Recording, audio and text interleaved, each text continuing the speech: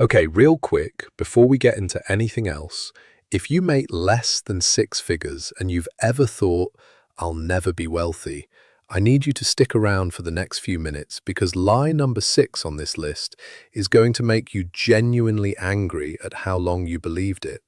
And lie number 4? I've never told this story publicly before. It involves one of my own clients almost walking away from $500,000 because of a lie he believed for 15 years. So today we're breaking down the 8 biggest lies about wealth. The stuff society tells you, the stuff your parents told you, the stuff social media tells you, and what my actual millionaire clients say is the truth. Stick with me till the end, because number 8 is the one that changes everything. Let's get into it. Lie number 1, and this is the one that stops people before they even start. You have to be born into wealth. I want to pause right here, actually, because I lived this lie. Growing up, my dad told me, not in a mean way, just as a fact, people like us don't end up rich. That's for people who inherit it. I believed that for years. So if that's you right now, watching this, just know I get it. Here's what my clients told me when I asked about this directly. One said, "The biggest misconception is that acquiring wealth has to do with luck. You're born into it, you get an inheritance, when really it's sacrifice, hard work, and calculated risk-taking." Another one said almost the same thing, word for word, from a completely different background. And it's not just anecdotal. Go back to 1892. There was a study of millionaires back then, and 84% were self-made. Fast forward to 1996, The Millionaire Next Door comes out. 80% first generation. 2019, Ramsey's Millionaire Study. 79% first generation. My own client survey, 75% first generation. 4 studies over more than 100 years, all landing in the same range. That's not a coincidence, that's a pattern. But, and this is the part people don't expect, here's the twist that makes this even more interesting. 70% of wealthy families lose their wealth by the second generation. 90% lose it by the third. So if you're someone who did inherit money, this should honestly terrify you a little, because the odds are not in your favor either. Wealth isn't a bloodline thing, it's a behavior thing. And behavior can be learned by anyone watching this right now. Lie number 2. Money buys happiness. This is the one where I want you to actually stop and think about a number for a second. Studies show the average American believes they need to earn over $284,000 a year to be happy. That's not a random number, that's roughly triple the median household income in this country. Let that sink in. Most people have decided, somewhere in their head, that happiness requires being in the top 3% of earners, which means, by definition, 97% of people have told themselves they can't be happy yet. My clients say something completely different. One told me, "Money won't solve all your problems, it just amplifies your current personality." Another said almost the exact same thing in different words. So here's the reframe. Money is a tool, not a destination. What actually drives happiness? Experiences over possessions. Time with the people you love. Work that means something to you, even if that's just a hobby on the side. And weirdly, commute time.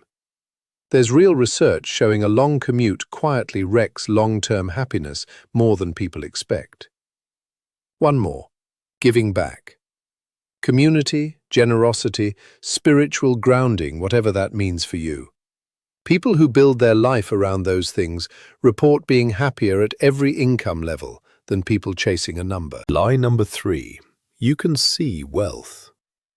This might be my favorite one because it's the most visually obvious lie once you see it. A client of mine said it perfectly. Most people who look rich are not wealthy, and most people who are actually wealthy don't look rich. I tell my kids this all the time. When they see a fancy car and say, "Dad, that guy must be rich," I tell them, "Baby, you're not looking at how much money he has, you're looking at how much money he's spent." Those are two completely different numbers. There's data behind this too. Experian found 61% of households earning over $250,000 a year don't drive luxury brands. They're driving Hondas, Toyotas, Fords, the unshowy stuff. Real wealth whispers. It's boring, it's stealth. And here's the missing piece nobody says out loud. The people flexing the hardest are very often the ones closest to broke, because they're spending money to look like something instead of building something. Now, quick gut check, and I want you to actually answer this in your head, not out loud. Think of the person in your life you assume is doing the best financially, just based on what they show you. Are you sure? Or are you just seeing their spending? Sit with that. Moving on, lie number 4, wealth makes you a better person. This is where that client story comes in that I mentioned at the top. I had a client early on in my career who had a shot at inheriting a meaningful amount of money from a relative, but he almost turned it down. Why? Because deep down he believed that having that money would turn him into someone he didn't want to be. He'd grown up watching wealthy relatives treat people badly, and in his head, money equaled arrogance. And that belief isn't rare. One of my clients said it directly. Wealthy people are somehow seen as more trustworthy, and people without money are treated like they have a moral deficit. That's just false. The public glorifies the wealthy like heroes, when really they're just regular people with the same flaws as everyone else. Henry Ford said something that captures this perfectly. Money doesn't change who you are, it unmasks you. If someone is naturally generous, money lets them be more generous. If someone is naturally selfish, money lets them be more selfish. It's an amplifier, not a personality transplant. And here's a stat that should actually make you feel better about yourself. In my own client survey, 76% of people who hit their first million said they got there just by saving and investing consistently. Not by being a genius, not by being ruthless, not by climbing some corporate ladder, just consistency. So the client I mentioned? He took the inheritance, and the first thing he did with it was start funding a scholarship for kids in his old neighborhood. Money didn't change him. It just gave him a bigger stage to be who he already was. Lie number 5. You need a high salary to build wealth. This one has a stat that surprises almost everyone I tell it to. In the Ramsey Millionaire study, the third most common profession among millionaires wasn't lawyers, wasn't doctors, wasn't executives. It was teachers. Median salary around $63,000 a year in the US, and yet they show up in the top 5 professions for millionaires. Why? 2 words: forced scarcity and automatic contributions starting young. One of my clients put it simply, sure, income helps, but what actually matters is starting early and staying consistent over a long period. Another one said, most people can outspend any amount of income if they don't have the discipline to save. Here's the actual formula, and it's almost insultingly simple. Discipline creates margin. Margin plus money over time equals wealth. The order matters. Discipline comes first, not income. And time makes this dramatically easier the earlier you start. A 20-year-old who starts investing has it 3 times easier than a 30-year-old doing the same thing, and 10 times easier than a 40-year-old. Same effort, wildly different outcome, just because of when you started. Which brings us to lie number 6, and this is the one I told you at the start would make you a little angry. The lie is this: it's too late for me.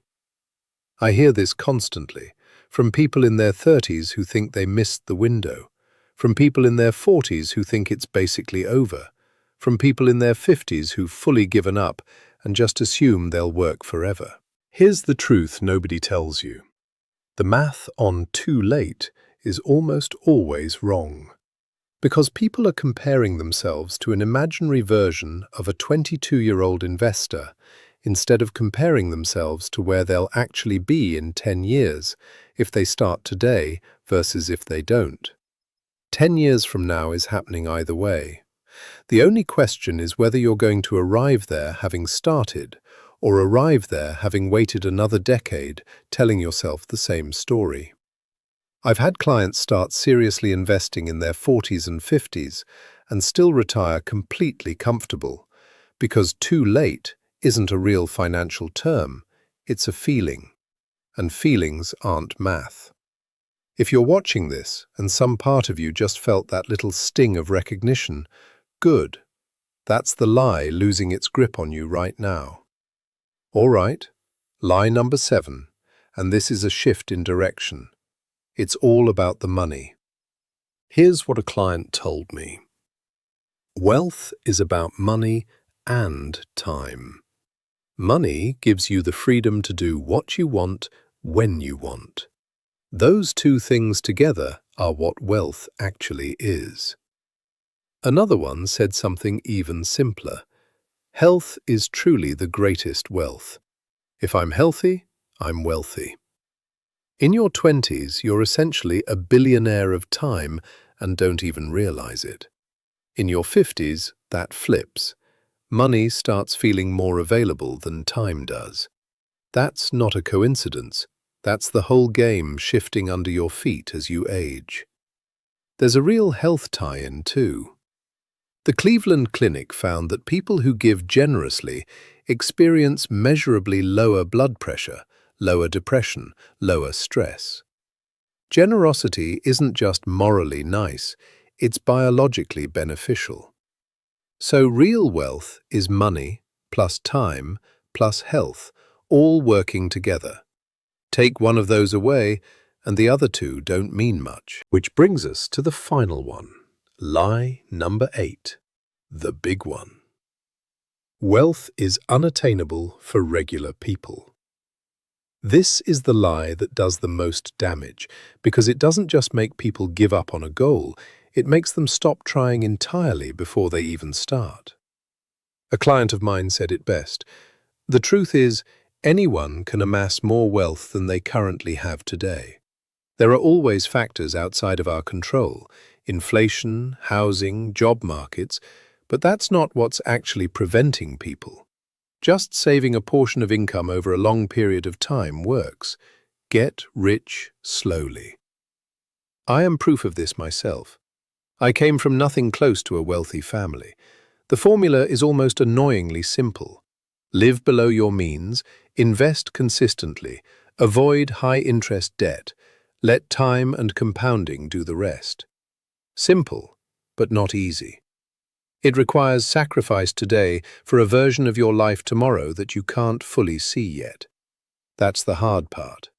Not the math, the patience. So here's the real question. Of these 8, which one did you personally believe the most before today? Put the number in the comments. I read every single one, and honestly, that's how I find out what to cover next.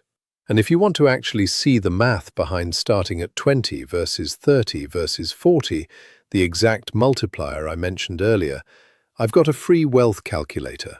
Links below, no email required, just go play with the numbers yourself. One more thing before you go. Next video, I'm doing something I've never done before. I'm taking 3 of my actual clients' real numbers, anonymized obviously, and showing you exactly what their path looked like year by year, mistake by mistake, until they crossed the millionaire line. If that sounds like something you want to see, maybe hit subscribe now because I'm posting it in a few days and you do not want to miss it. All right, that's the 8 lies. Go build your great big beautiful tomorrow. I'll see you in the next one.